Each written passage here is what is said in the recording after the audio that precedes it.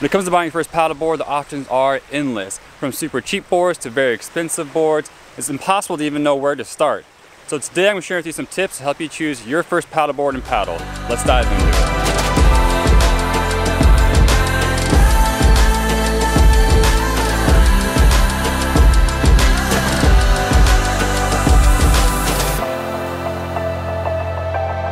Alright, so I'm just going to say it. The majority of inflatable paddleboards and paddles for sale on Amazon are...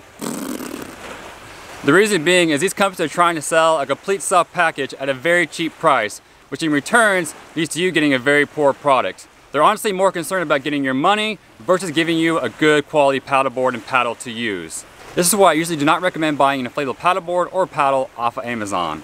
Let's talk about some reasons why. Alright, so take this paddle for example. This is a paddle that I bought off Amazon a few years back when I first started paddleboarding, and within the first year it broke. A common problem a lot of these cheap paddles have is where the blade meets the shaft is a very weak point. And a lot of these times like this paddle, it breaks and becomes very wobbly there, and actually a lot of times this blade will actually break off from the shaft itself. Another common with these cheap paddles is when they're adjustable or when they're the three-piece paddle like this one, where they connect together is actually very poorly designed.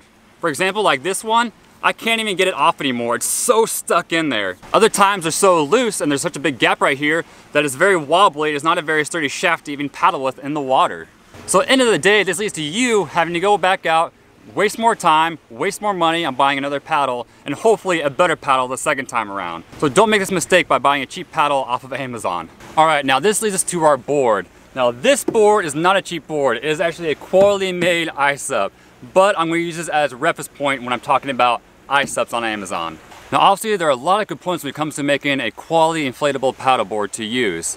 And unfortunately, the Amazon boards lack a lot of these qualities. For example, in inflatable paddleboards, there's actually a webbing inside of them to give them more rigidity.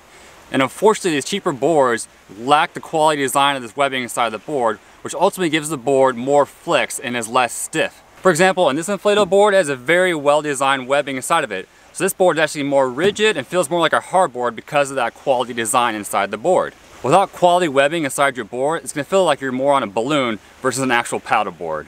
Another component that is very important when it comes to inflatable paddleboards are the seams. Unfortunately, most cheap paddleboards use very cheap glue to hold these seams together. So especially in hotter climates, these seams slowly come apart to the point where air actually comes out of these seams and you lose holding pressure inside your board. And even sometimes when there's too much pressure inside your board, these seams will easily come apart and the board will literally explode.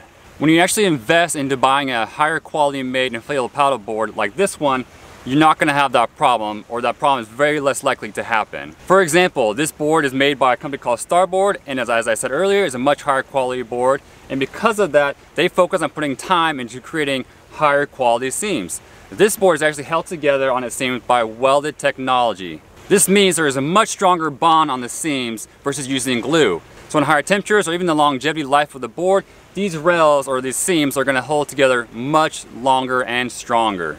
So in the end, how do you even know where to start when it comes to purchasing your first paddleboard and paddle then? The best place I recommend is actually going to your local stand-up paddleboard shop or an experienced paddler to get some advice on what type of board you should buy or what type of paddle you should buy.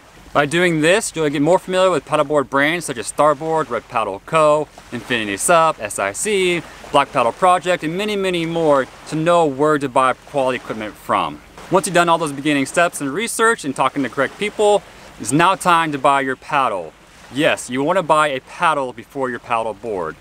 The reason your paddle is so important because it's the very thing that connects your entire body to the water below you and obviously propels you through the water. Without a quality paddle, you're going to do more damage to your body and you're going to have a worse experience paddling on the water. I definitely recommend buying a paddle at least around the $200 mark, which ensures you're getting a little bit better quality made paddle.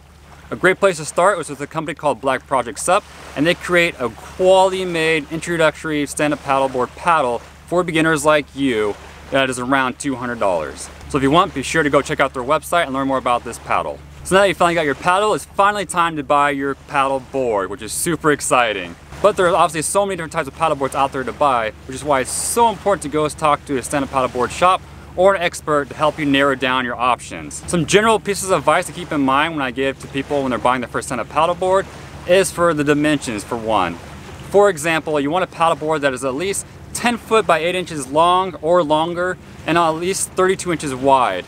This just helps ensure you're getting a board that's a little bit more stable to help you learn how to stand up paddleboard. Another thing to keep in mind with a paddleboard is also the amount of liters in the board. A great rule of thumb is taking your weight in kilo plus 100, and whatever this number equals, you want a board with at least this amount of liters in it or more. This simply ensures that the board has enough buoyancy in it to hold you at a good flotation above the water. If you purchase a board with too low of liters in it, your board's going to be sinking more in the water, and it's going to be a lot harder to balance on when you're trying to stand up paddleboard. But if you're looking to do more stand-up paddleboard surfing, this rule doesn't apply as much. This is mainly for people looking to do casual paddling on the water. And this brings us to our last thing to look at, which is the price point. I recommend looking at boards at least $600 or more. $600 is going to get you a very basic but decently quality made board, and obviously the more money you spend from there, the higher quality board you're going to get. For example, most inflatable paddleboards on Amazon are sold around $200, and that is very, very cheap, but it's also giving you a very, very low quality made board, as we talked about. So please look for a board that's at least $600 or more, which will help you know you're getting a little bit better quality made paddleboard. So in the end, please do not buy a cheap paddleboard off Amazon. Do yourself a favor, go do the research, buy an actual quality paddleboard, buy an actual quality paddle, and start your stand-up paddleboard journey on the right foot. I truly hope this video was helpful for you guys. Feel free to leave a comment or leave a question down below. And if you want to learn more about stand-up paddleboarding, feel free to check out the channel for more content. That's it for now. I'll catch you guys in the next video. Hasta luego, amigos.